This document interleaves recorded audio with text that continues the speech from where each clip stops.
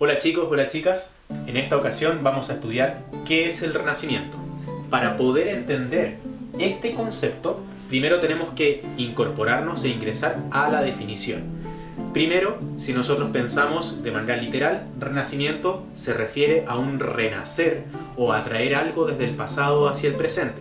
Y justamente esa definición es la que van a plantear estos personajes que están aquí anotados en la pizarra. En el siglo XIV se hacen importantes tanto Giorgio Vasari como Dante Alighieri y Francesco Petrarca.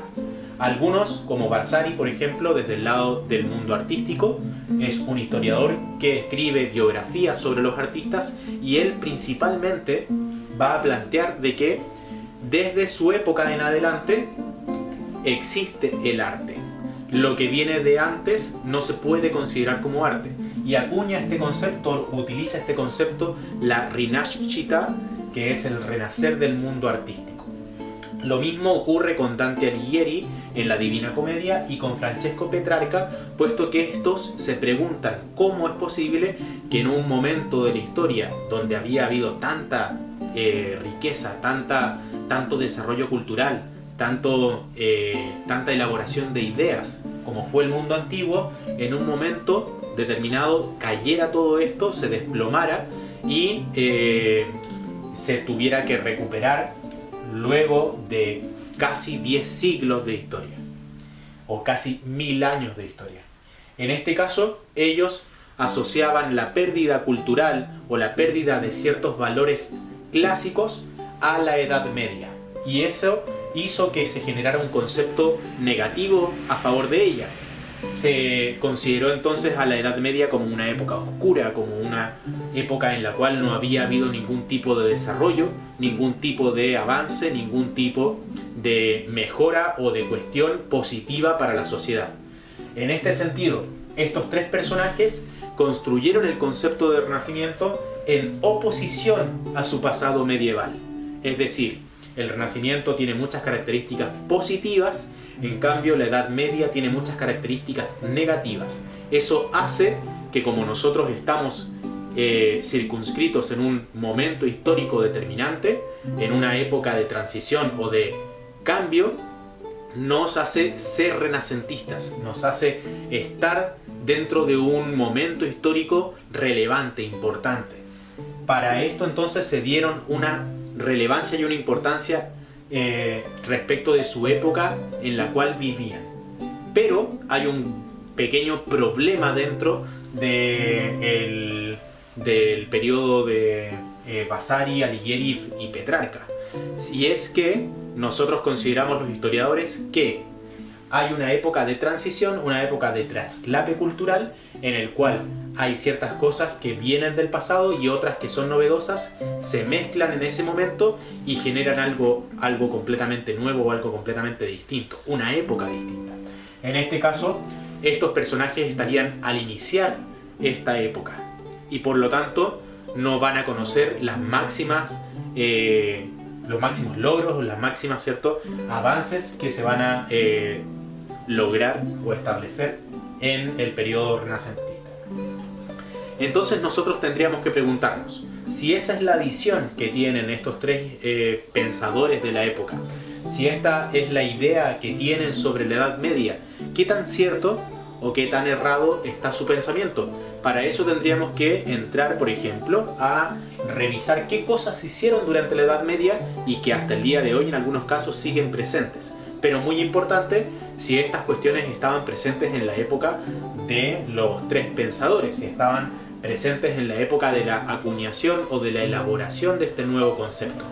Primero, en la Edad Media, por ejemplo, se crea el molino, un sistema, ¿cierto?, un instrumento para poder generar agua, para poder traerla desde las profundidades o para poder en algunos casos también generar energía a través del movimiento de esa agua. La universidad, se crea el estudio universitario, las cátedras aparecen allí. Recuerden que cátedra proviene de la cátedra Petri o el asiento de San Pedro en el Vaticano.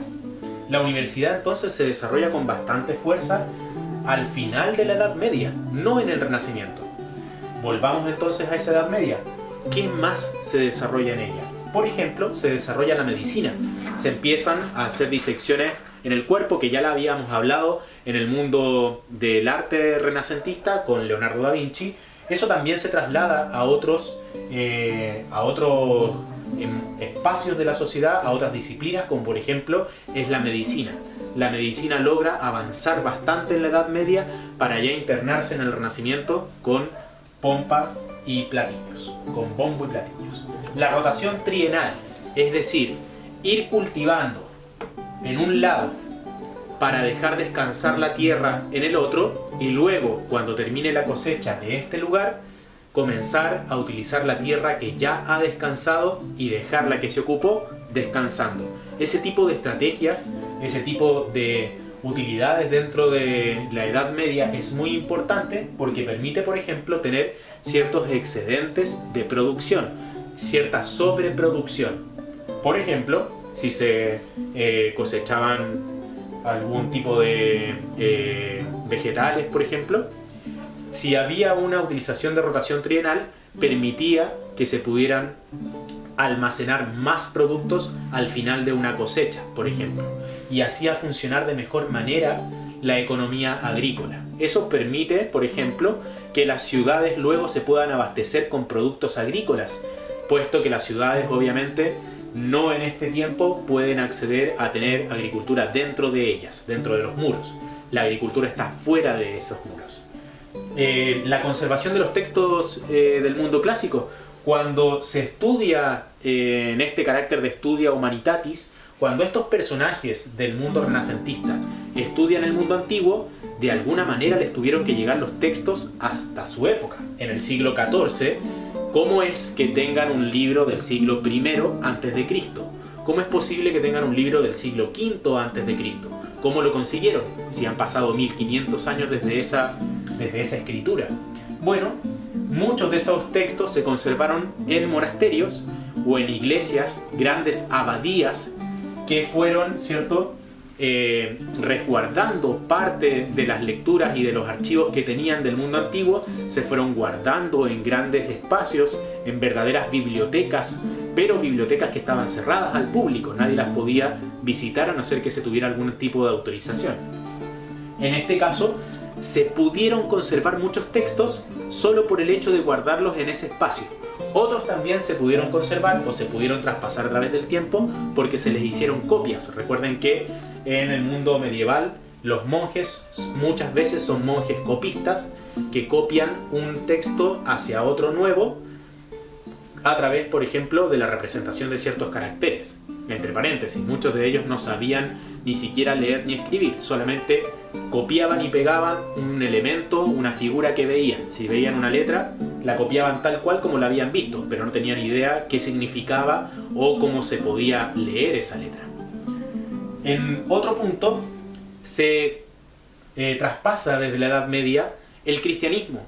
Y el cristianismo es una religión que proviene del mundo antiguo, no es parte de la Edad Media esencialmente, es parte del mundo antiguo. Los romanos ya tenían el cristianismo como religión oficial desde el siglo IV en adelante. Las ciudades no aparecen en el Renacimiento, las ciudades vienen de la Baja Edad Media, el último momento de este gran tiempo medieval. Las ciudades se crean, se desarrollan, ¿cierto? Aparecen los burgos, que son estas ciudades fortalezas, y esos burgos, como hemos mencionado en otros videos anteriores, dan origen a la nueva clase social, a la burguesía. Y finalmente, el comercio evidentemente está presente durante la Edad Media. Está presente justamente porque hace crecer estas ciudades que se están generando en ese último periodo. Entonces, nos cabe preguntar nuevamente y volver al origen de todo esto. ¿El Renacimiento en realidad se puede ocupar como concepto para definir un momento histórico que en realidad, si ustedes se fijan, tiene bastantes cosas hasta el día de hoy que estaban presentes en la Edad Media? ¿Se puede hablar entonces de un Renacimiento?